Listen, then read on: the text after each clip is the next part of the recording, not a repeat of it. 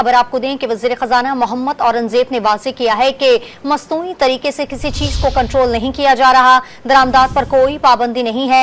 Dollar की कदर के बारे में मफरूजे खत्म हो गए। डॉलर की कीमत मुस्तहकम रहेगी। हर शोबे की तरफ से दबाव आ रहा है। हर शख्स चाहता है कि इस पर टैक्स ना लगाया जाए। मजीद जानते हैं चीफ रिपोर्टर सनाउल्लाह से। सनाउल्लाह, अपडेट कीजिएगा। देखें, ये सैयद नवीद कमर की जेर सदारत कायमा कमेटी बराए खजाना का इजलास था। इसमें वजीर खजाना ने शिरकत की है और मुल्क की जो इकानमी है इस पर तफसीली ब्रीफिंग दी है और उन्होंने इस तासर को बिल्कुल यकसर मुस्तरद किया है कि डॉलर 300 या 400 रुपया का होने जा रहा है।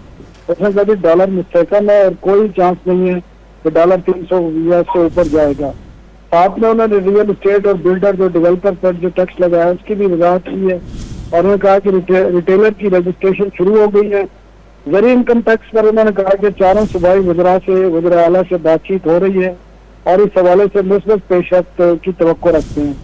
और उन्होंने कहा कि IMF से जो प्रोग्राम है वो इस माह उम्मीद है कि तय पा जाएगा, क्योंकि तमाम जो मामलात हैं IMF से तय करके वो आगे बढ़ा जा रहा है। और ये भी साथ उन्होंने कहा कि जो मुलाजमीन की नई पेंशन का निज़ाम है वो 1 जुलाई से शुरू कर दिया गया है, जबकि मुसल्लह अफवाज का 1 जुलाई 2025 से शुरू होगा। उन्होंने कहा कि मुल्क में जो बेरोजगारी की शरह है वो 10.3% तक पहुंच चुकी है और इसमें कुछ फिगर में तजाद भी है। उन्होंने कहा ILO कहता है कि 8.2 है और IMF कहता है 8% है, जबकि आलमी बैंक कहता है कि ये 10.3% है। पॉलिसी रेट पर भी उन्होंने कहा कि पॉलिसी रेट में बतदरीज नीचे आने की गुंजाइश मौजूद है और महंगाई में अगर मामूली इजाफा होता है तो ये फिलहाल नहीं होगा। जो ही महंगाई में कमी आएगी तो पॉलिसी रेट भी कम होगा। जी, तफसील हमें अपडेट कर रहे थे चीफ रिपोर्टर सनाउल्लाह खान, आपका बहुत शुक्रिया।